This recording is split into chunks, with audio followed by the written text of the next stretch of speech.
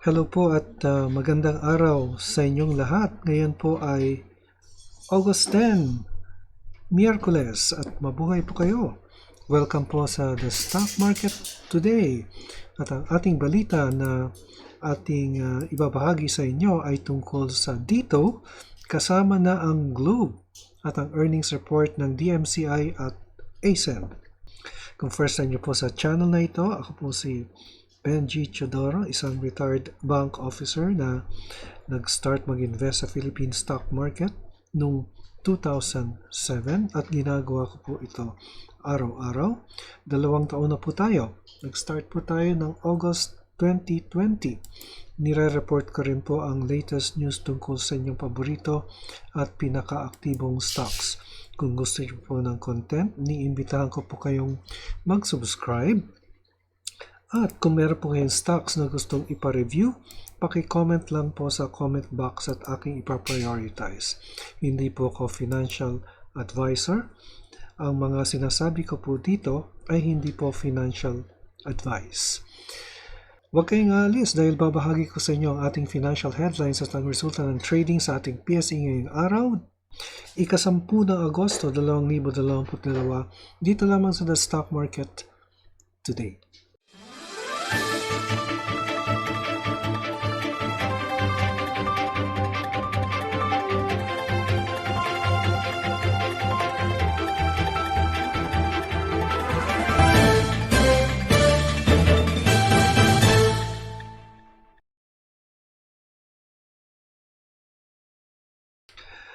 Okay, tingnan po natin ang ating headlines.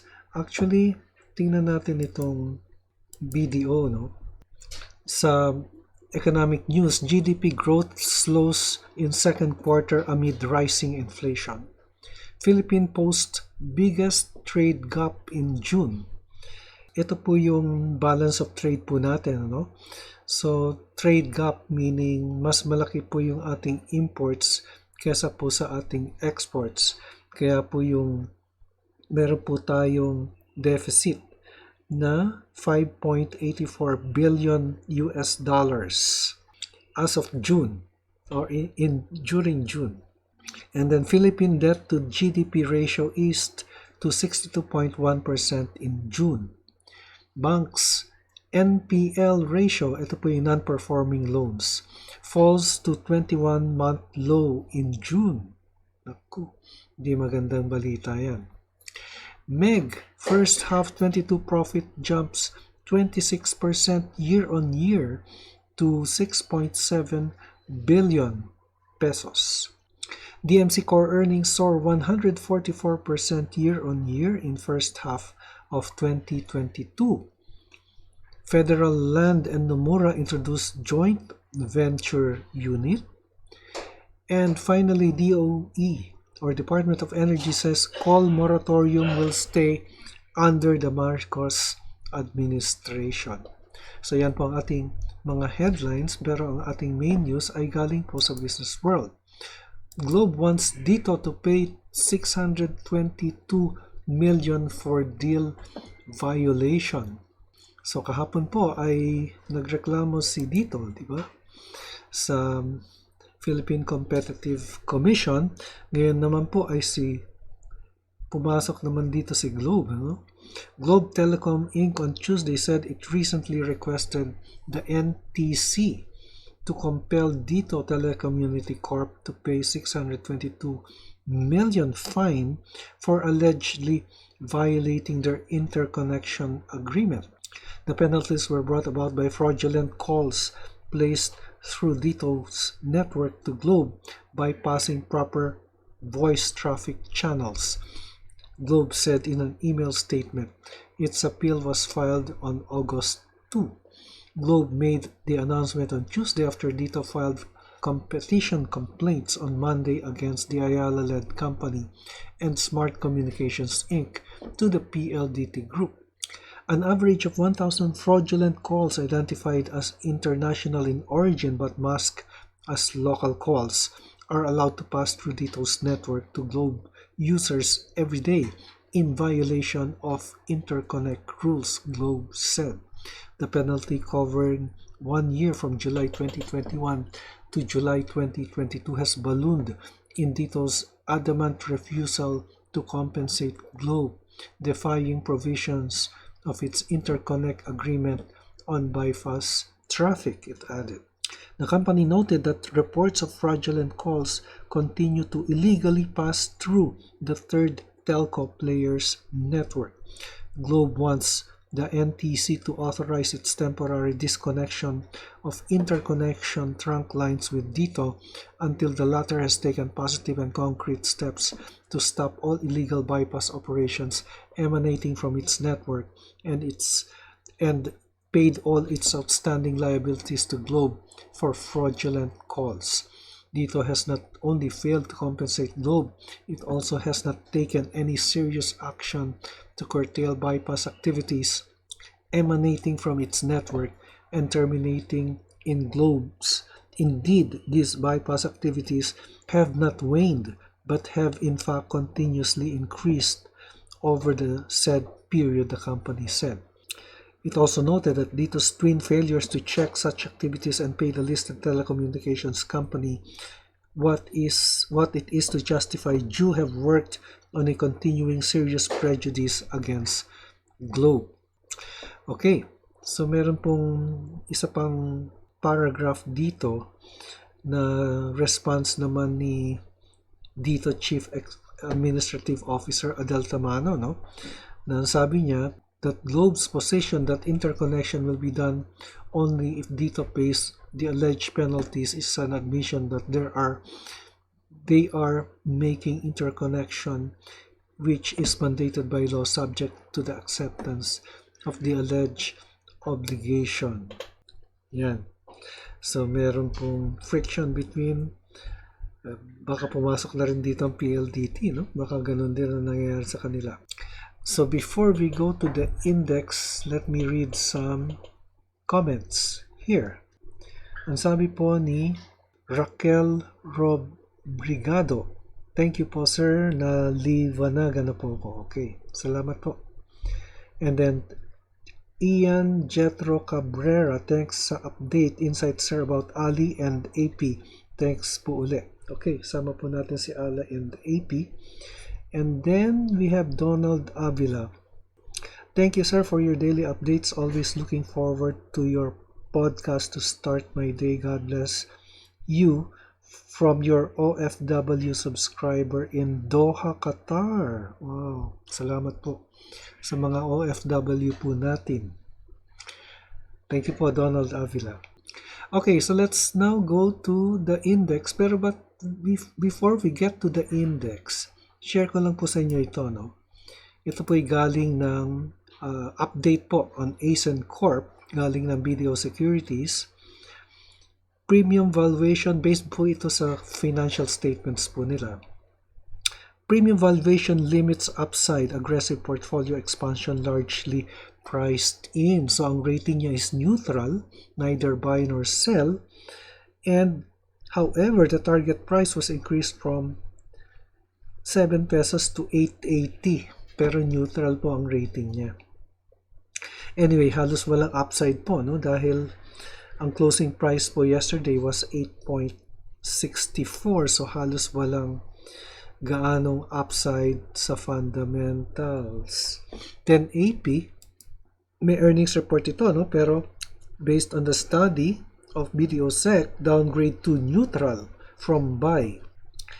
Strong SCC results mostly priced in. So the target price is 10.20, increased from 9.90, and based on yesterday's closing price, the implied upside is only 8.5%. So mamaya tignan din natin si DMCI. And then let's now go to the index, no? Sa PSE index, nasa 6471.84. It ended almost flat, 2.87 points lang, 2.87 or 0.04% up. So flat po ang ating index, at nakikita nyo yung chart natin. It's a dragonfly doji, almost walang galaw. Pero yung ating market activity naman, 111 companies ang umabante, 59 ang bumaba, 63 ang hindi nagbago. Ang all share index natin, almost flat din, up 0.15%. Ang ating sectoral indices ay mixed. Dalawa ang bumaba, ang financials at industrials. Pero ang holding companies, mining, properties at services ay up, led by mining at 1.15%. At pagkatapos, yung ating active stocks, no? Ang pinaka-active ngayon ay ICT. Pero tignan po natin yung dalawang stocks na umakyat, no? Isa ang ALLDY ni Manny Villar at isa yung PX ni Metro Pacific or ni Pangilinan, no? Philex Mining. So we will be reviewing 6, no? ALLDY, AP, ACEN, and DMCI, which had reports today, and then ALLDY and PX.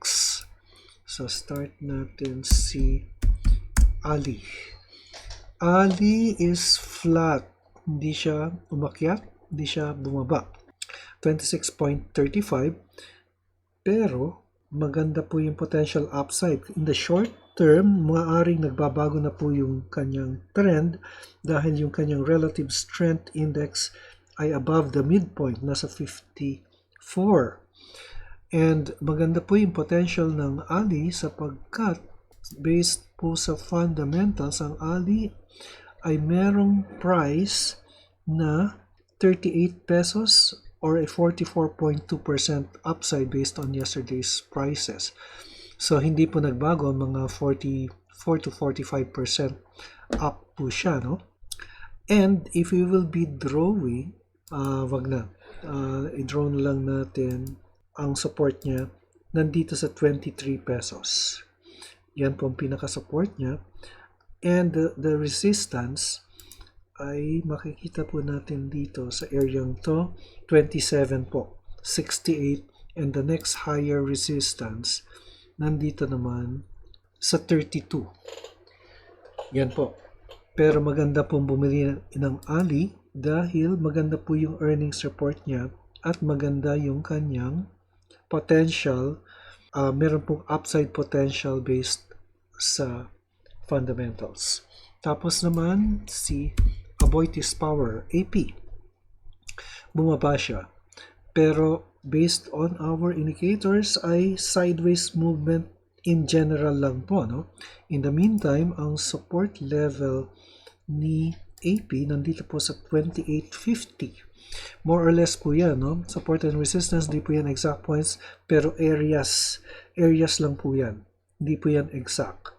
Ngayon, yung pinaka-resistance niya ay makikita natin dito sa 3250 to 3260. And in general, it's moving sideways. Now, fundamentally, AP, Aboitiz Power, based on yesterday's prices, ay merong a 33% upside with a target price of 42. So, may upside potential pa rin po ito. And sideways po ang kanyang movement. At nasabi ko na po yung support and resistance dito with RSI at bearish at 44. So, ngayon po, it's bearish to sideways ang movement niya. And then, ACEN, which was downgraded to neutral, bumaba siya. But in general, yung ating mga indicators nasa ilalim, meaning mukhang nagbabago na yung trend niya, no? RSI nasa midpoint lang. Pero in general ay paakyat po siya. Now, if we will be drawing a parallel channel, ito po yung makikita natin. Yan. Yan po yung parallel channel niya. Yung pinaka-resistance niya, upper border is the resistance at 910 at yung lower border is the support at 819. So within the parallel channel pa po yung kanyang presyo moving upwards, although yung ating RSI ay nasa midpoint lang, 50. And then DMC, downgraded to neutral din to eh. Si DMC nagkaroon ng shooting star or doji. Pero halos flat lang po ang resulta ng trading ngayon. Pero in general, yung ating black line o yung long-term indicator ay moving upwards. Yan, moving upwards po siya. So again, if we will be drawing a parallel channel, yan. So yan po yung parallel channel niya. Support follows the EMA 100 at 8.85 and resistance is at 984, and technically po bullish po yung stock, but fundamentally it was downgraded to neutral. Yan po, no? 55.94 bullish po based dito sa technicals, and it's moving upward. Then si ALLDY. ALLDY is yan, from bearish, medium to short to medium term ay bullish po siya, no? Ang nag-aantay na lang po ay yung long-term indicator natin, nasa ibabaw ko po. But it's turning bullish short to medium term. In the meantime, yung ating support nandito sa 2970. But the resistance, actually breakout po ito, ha. This is a breakout kasi may volume at merong surge in the price. 9.9% ang increase. Nasa 36 pesos na. So na-break po niya yung previous resistance niya na nandito sa 33.25. Yan. So, ngayon ay second support level po, nearest support po yan. But the next support level, or resistance rather, is at 41.09. Okay, so yan po ang ALLDY. And then next, PHILIPPINE Mining. Another breakout dito, no? 6.69% or 21 centavos up. Nasa 335. Ang previous... na-break ba niya? Mukhang hindi eh.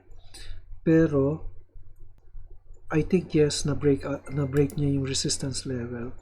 Nandito yung dati. Nasa 326. And then, the next resistance would be here at 352. So it's a breakout here with RSI bullish at 54. So in the short term, bullish na po si PHILIPPINE, pero medium to long ay pababa pa rin po. So makikita po natin kung meron pang indicator na nag-exceed sa medium at long term, ay maaaring nagbago na po yung trend. Okay, so yan po ang ating report sa stock market. Ika-10 ng Agosto, 2022. Ito po si Benji Chadora nagpapaalala, ang investment and knowledge pays the best interest. Maraming salamat sa inyong pagtangkilik at hanggang sa muli. Stay safe, God bless, and bye for now.